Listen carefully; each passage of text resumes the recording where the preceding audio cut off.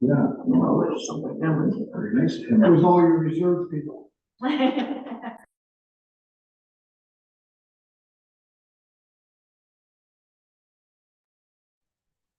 Madam Mayor, we are live and recording. You can begin the meeting whenever you wish. Wonderful. Let's get started. Welcome, everyone. Before we begin, just a reminder that the meeting is being recorded and live streamed to the Township's YouTube channel. This is our special council meeting of June 18th, 4 o'clock, and we will be live streaming this YouTube channel. And I don't think we have anybody joining us online today. So as always, just raise your hand and I will call on you if you wish to speak on a matter. So we'll now call the roll. We have Deputy Mayor Nelson. Present. Councillor Watt. Present. Councillor Report. Present. Councillor Johnston. Present. Of course, myself, Mayor Heather Watson, and we have our clerk and acting CAO, Martina Che Hartwig. Good afternoon. And our treasurer, Paul Kramer. And we have a guest, our auditor today, Joanna Park from Baker Tilly. Welcome. Thank you. So with a quorum of council in attendance, I will call the meeting to order. The reason for this special council meeting is to exclusively present the 2022 consolidated audit report and consolidated financial statements. We'll begin with the land acknowledgement. We respectfully acknowledge that we are on the lands which are part of the 1818 Treaty 20 and the traditional territory of the Anishinaabe bands of the Great Ojibwe Nation. We offer our gratitude to the Ojibwe for their care and knowledge of the lands on which we work, live, and enjoy. May we honor and respect their teaching and our treaty obligations as we grow together. Moving along, of course, the agenda was circulated in advance. Any disclosure of pecuniary interest? Hearing nothing, could we simply get an adoption of the agenda? Deputy Mayor Nelson, seconded by Councillor Watt. All in favor? That motion carries. And now, without any further ado, we'll invite Joanna Park from Baker Tilly up to present the audit report and consolidated financial statements. Over to you. Perfect. Thank you very much for having me, and it's a pleasure to be here.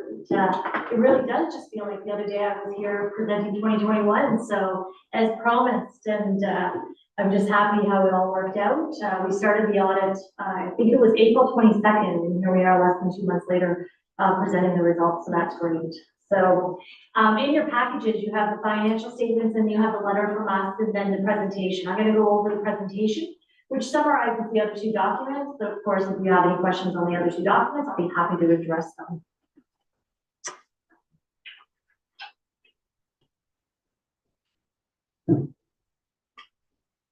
No problem. On the next slide, we start with the auditor's report. This is really what you're looking for.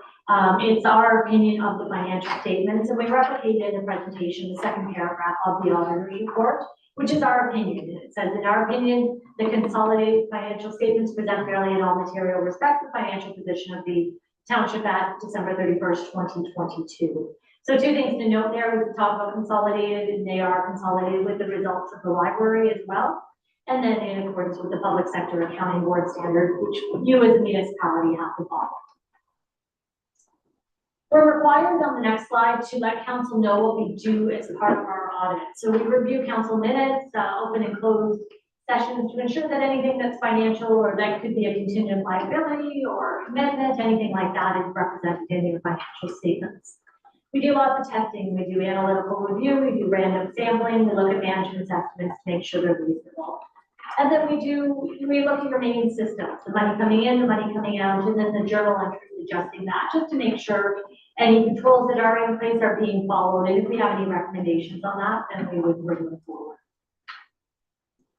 The audit's complete pending council's approval of the financial statements, and we have also we do legal letters to the lawyers to make sure if there was anything outstanding that it would be within the financial statements if necessary. Sometimes there's legal disclosure issues that of course we're not going to put in the financial statements, but just making sure that we're aware of anything that's out there. So we're waiting for those to come back. And then as well, at the end of the audit, we asked management to sign a representation letter. We didn't have any difficulty with the audit.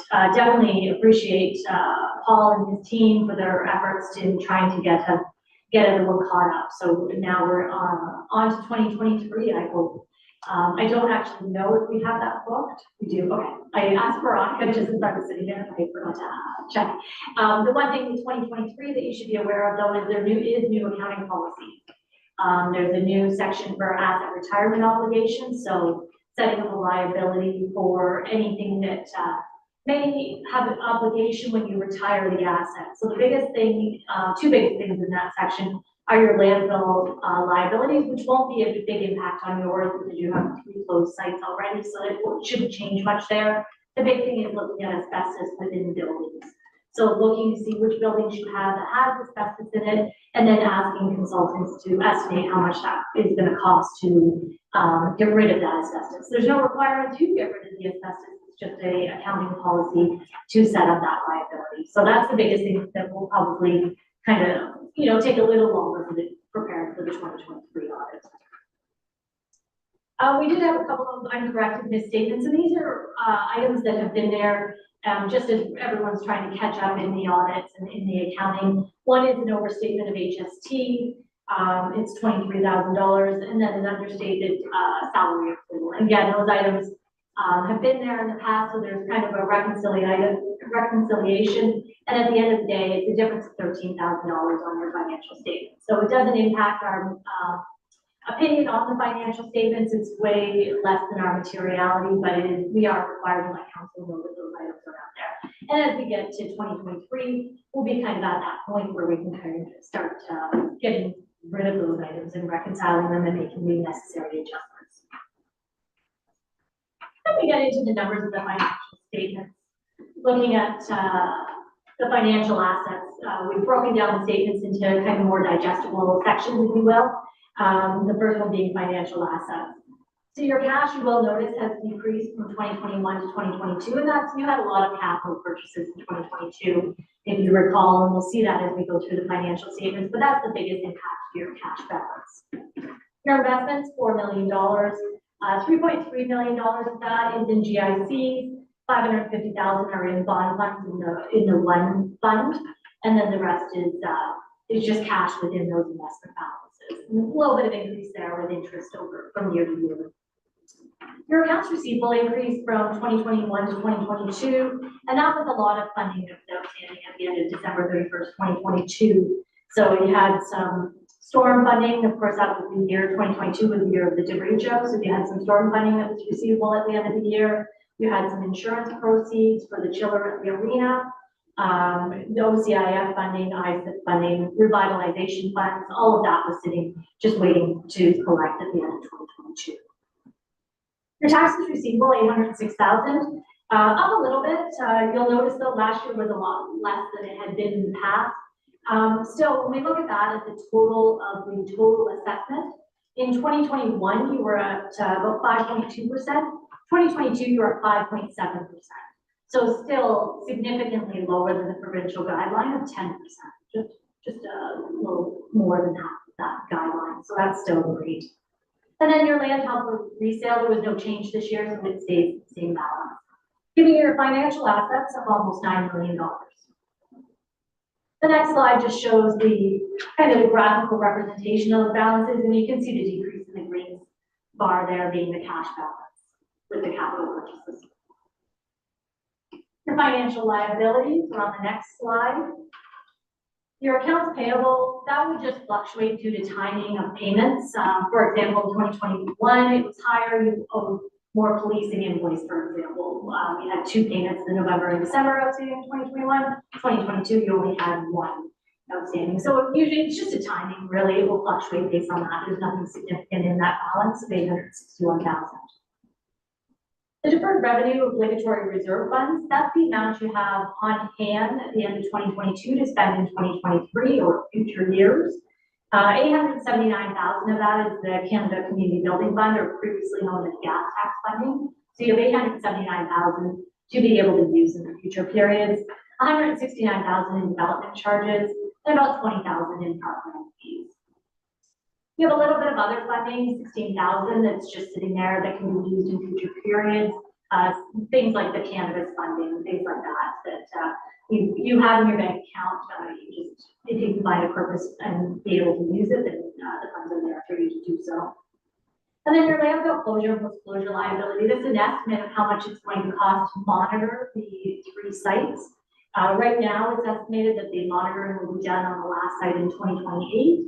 Of course, that can change. I know I've seen some where, we've set up this liability for 25 years of monitoring, and then all of a sudden they'll say, oh, no, it needs a few more years of monitoring. So that's something I'm sure that you're looking at. And then again, the employee future benefits, that's an estimate done by actuaries to estimate the liability for the health benefits when employees retire up to the age of 65. So the total financial liability is $2.2 million. And then again, just showing the next slide with the graphical representation. And the biggest change there is the yellow one, which is the obligatory reserve fund, which is really just cash on hand that you can spend in the following fiscal years. And then looking at the net financial asset trend, which is the financial assets minus the liabilities, you'll see a little decrease there, and that's just the use of cash for capital. Nothing concerning, you're still at $6.7 million. And then we look at your non-financial assets. There are assets that you can't easily convert into cash. The biggest being your tangible capital assets of $28.6 million. So that's the historical cost of those assets minus the accumulated amortization. And then in 2022, you had $3.1 million of additions, which we'll see on the next slide. And the amortization was only $1.6 million. So that's why you see the increase there year over year. And then some prepaid expenses, and as well as some inventories of materials and supplies. So that's gravel, sand, salt. And there was a fair amount of gravel used during the year, so you'll see the decrease there year to year. The next slide shows the tangible capital asset additions. So I mentioned that there was $3.1 million in capital additions, of which $1.3 million was for vehicles. So there was a new tanker, a grader, a truck with a plow, and a loader all during 2022. So lots of purchases there. There was also lots of work, $861,000 on roads, as well as land and land improvements with the South Douro Park redevelopment. Some rentals to this building, as well as $443,000 in machinery and equipment. So lots of purchases during 2022. And then we look at the kind of the relationship between those purchases and the amortization on the next slide. I was going to do it. So the orange is the capital asset additions and the blue is the amortization. The amortization is based on the historical cost of the asset. So it's good to look at a snapshot. I think 5 years is a reasonable one to make sure that you're replacing the assets at a greater rate than the depreciation. The depreciation is done on the historical cost, but you want to, make sure that you're replacing at a greater rate, which you can see in this slide here that you are doing so. Then we look on the next slide at the accumulated surplus. So you have a $35.7 million accumulated surplus. The first is your kind of overall surplus. So the amount you have invested in capital assets that you've already spent is $28.6 million. And then you have inventory held for resale as well as kind of negative unfunded employee future benefits and landfill closure and post-closure. And they're negative because you're funding them as you incur those costs. So you're funding, for example, your monitoring costs for the landfill each year now as you're spending that money, as opposed to having to fund it all up front. And then you have your reserves and reserve funds at $7.2 million. $85,000, you did have an $85,000 surplus at the end of the year of 2022, which was transferred into the reserves, and it's sitting in that $7.2 million balance. So one thing I get often asked, is $7.2 million, that seems like a lot of money, and is that enough for our future? So, I always kind of go back to the asset management plan and saying, you have to look at what you're going to need and what you need to replace, and when, and are we going to have enough money? But another kind of way to think about it too is if you look at the total capital assets that you have on hand right now, the historical cost of those assets was $52 million. Some of that's land, but it's not a lot. So say $50 million is the total cost of those assets. So, thinking of that as the historical cost and therefore what the replacement value of those costs, all of a sudden $7.2 million doesn't seem like it's, you know, a ton of money, even though, you know, it does at first glance. So that's why kind of looking at that future, what are you gonna need to do? And, you know, what funding is out there, and if you'll be able to get funding. You have the gas tax money, of course, to use, and other kind of funding sources, but just kind of looking at that to make sure you're gonna have the money on hand to do those.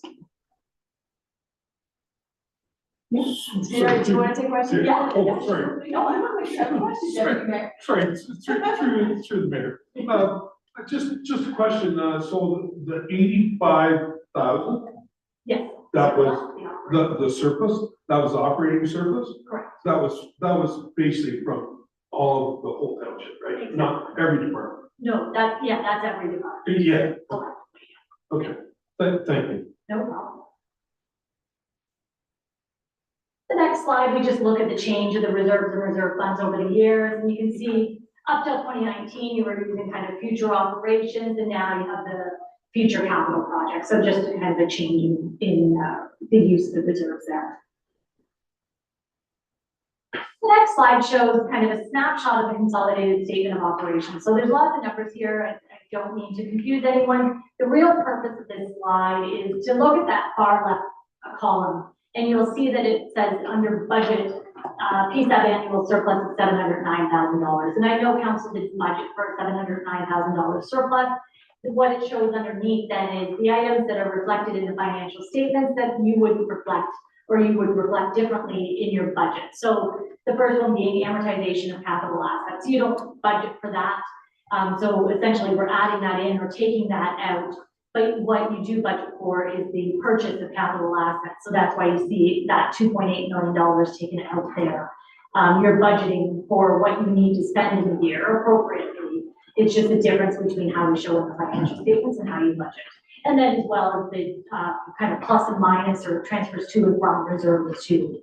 That is reflected as an expense or a revenue in the financial statements, whereas appropriately it is in the budget. So the other thing you can see here is you had budgeted for $2.8 million in purchase of capital assets, and you came in at about $3.1 million, so slightly over budget.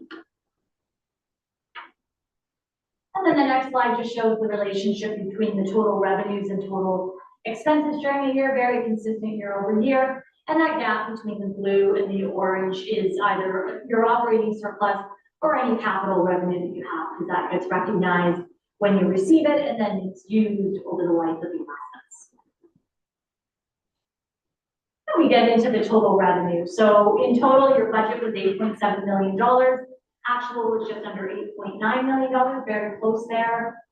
Your largest revenue being your property taxation at just over $6 million. Your user charges, it was a little less from 2021 to 2022 in building permits. 2021 was the big boom for building permits and building, if you recall. So there's a little decrease there, but that's really the main reason for the change there, user charges. Your Government of Canada, a lot of that's the revitalization fund that you use for the park. Revitalization there. The province of Ontario, $814,000, $573,000 of that is the OMPF funding, or Ontario Municipal Partnership funding, as well as you have storm funding in there for the derecho, and then the OSIP funding is in there as well. Other items in there, investment income, you see a nice increase there with the increase in rates and the balances in your investments. And then your insurance proceeds, $144,000. That again was the chiller at the Warsaw Arena.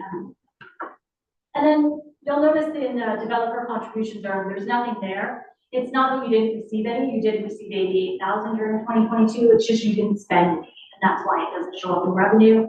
Whereas in parkland fees and federal gas tax, that should say Canada Community Building Fund. I apologize for that, but we will update that in the final statements. Those are the amounts that were spent. So you spent $64,000 of parkland fees on the South Douro Park, and then you used $126,000 in gas tax funding for Cooper Road and as well.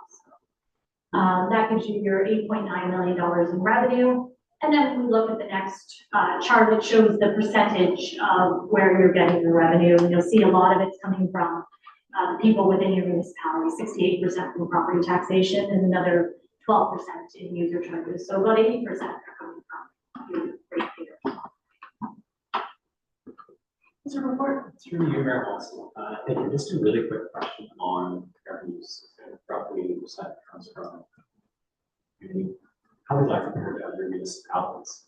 It really just depends on the year. It is a tad high to see 68% coming from property taxation, but a lot of times it'll depend on the makeup of your taxation, your property base as well, right? Whether it's all residential or you have a lot of commercial and industrial too.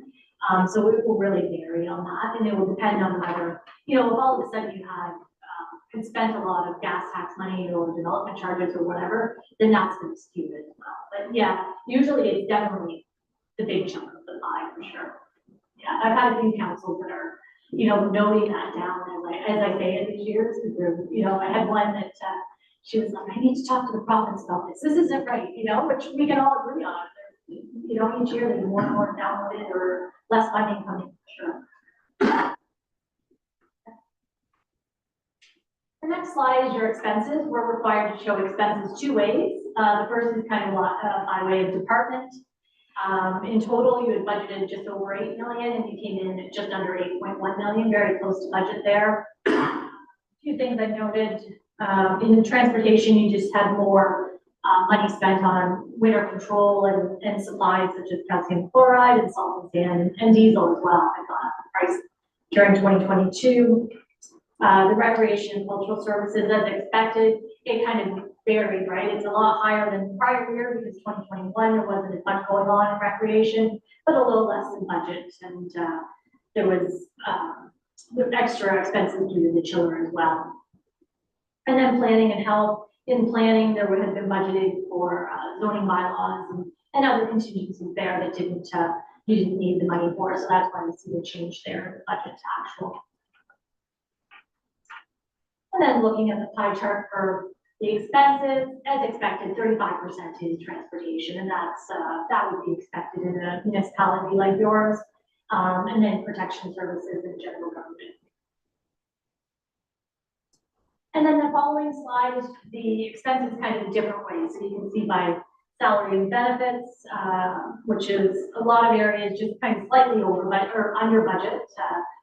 A little bit of contingency built into the budget there that wasn't required.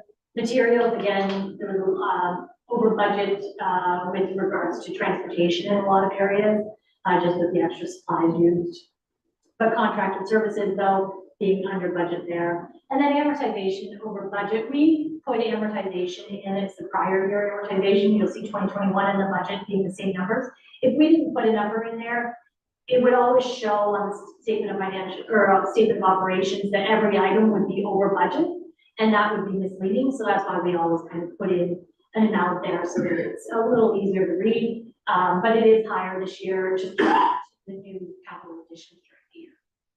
So in total, when we look at the totals, they should be, if I did my job properly, the same numbers we saw in the last statement. And then looking at the pie chart, 34% of your expenses is salary and benefits. On the next slide, Martin, sorry. And then 24% being materials and 19% being contracted services. And that is the end of my presentation. Lightning fast. Look at you go through. Lightning fast on it too. So Exactly. I can go over it in a lot more detail if you want. I can talk about my I have time. Awesome. Thank you very much. Paul, did you want to speak to the process? Sure.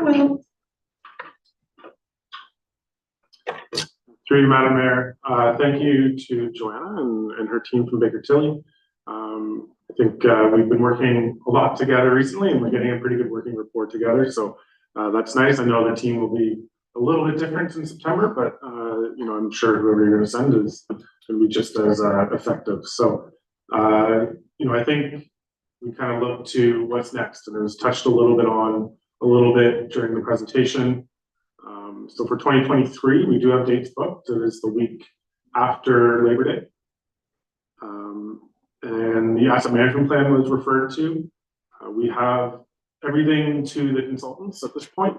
We have been working with them kind of similar to the audit, trying to keep everything moving and wrap everything up and get that completed. So we do have everything to the consultants at this point. They're on a bit of a time crunch as well because everyone trying to meet certain deadlines, and The goal is for them to be presenting on August 6th, and I spoke with them last week, and that is still the target and the plan. So that's the August council meeting. So some of the other things that will go hand in hand with the asset management plan, I think it's going to be a really good start to some of our long-range financial planning discussions moving forward. But I'm also working on a reserve and reserve fund policy and kind of strategy to go hand in hand with that. And then I think as we get into the 2025 budget, you know, the long-range financial plan will definitely be considered as part of that process. So, you know, we're trying to bring it all together, get caught up on our past and our statements, but also get caught up and you know, advance our thought process on our long-range financial planning and looking forward while we're considering our current financial decisions. So again, thank you to Joanna and her team, and see you soon. Awesome. Council, any questions of our auditor or treasurer, David Johnson? Thank you, Madam Mayor. Just a couple of comments. Thanks very much for all your hard work and working with our staff and getting this done. And again, thank you. And we're looking forward to getting the last one completed, caught up. So anyways, thanks for all your hard work. Oh, yeah, we're happy to be there. I think our whole team was very motivated as well as the team here for sure. Well, thanks. Thanks, Steve. That's what? Thank you, through Madam Mayor. Thanks, Joanna. Always a pleasure. It's a big undertaking, and being behind a couple of years, that's really, really great. You're coming to get back to the future.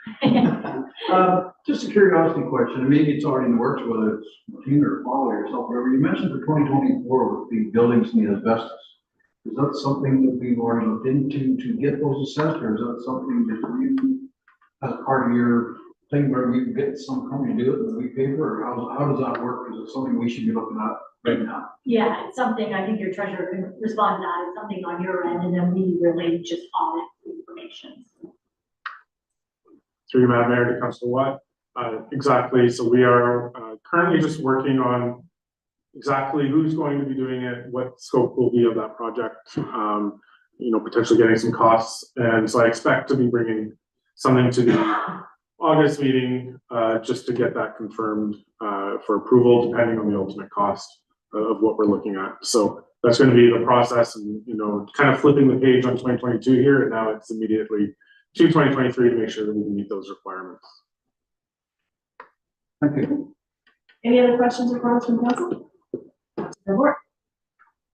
Through you, Mayor Watson, question with Paul. I know that we were quite behind in reporting in terms of number of municipalities in the province. Do you have a rough idea of where we might be now? Are there many other delinquent municipalities out there? Through you, Madam Mayor, I have not compared us to how many are outstanding. I'm just working on making sure we can meet our needs and our obligations. So we do have 2021 in, as we know, we finished that in March.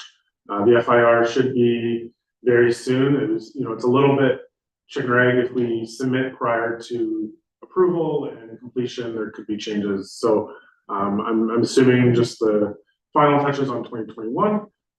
And then at that point, you know, we're a couple of months behind on 2023. Any other questions from council? Seeing nothing, thank you so much, Joanna. I think at this point in time, we simply just need a motion to receive the presentation and to authorize me and the treasurer to sign the letter.